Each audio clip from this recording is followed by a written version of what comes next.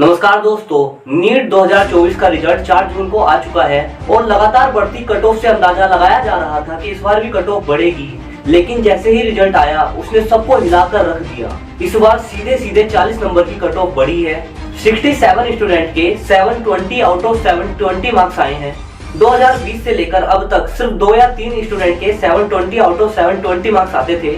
तो इस बार ऐसा क्या हुआ? क्या पेपर इजी था? नहीं, पेपर इतना भी इजी नहीं था कि इतना बड़ा चेंज आ जाए कि 67 स्टूडेंट टॉप कर जाए।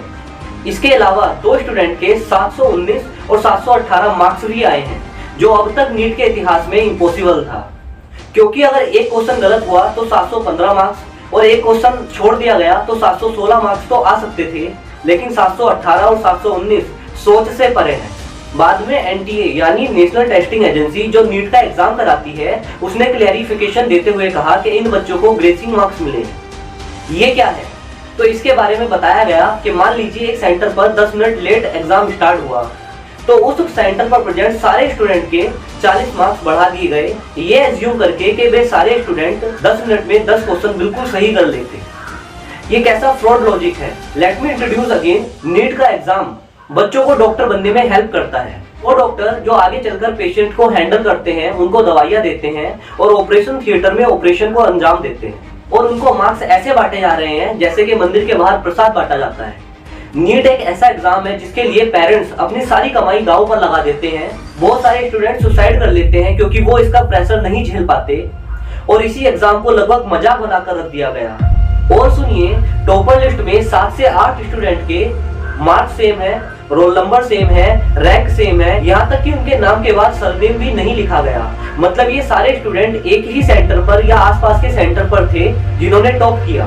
तो इन सारी बातों से पता चल रहा है कि पेपर में गड़बड़ हुई है, पेपर लीक हुआ है। बिहार में पेपर से एक दिन पहले ही पेपर लीक की खबर आ चुकी थी और इसको लेकर सबूत ओपनली पब्लिक डोमेन में अवेलेबल थे।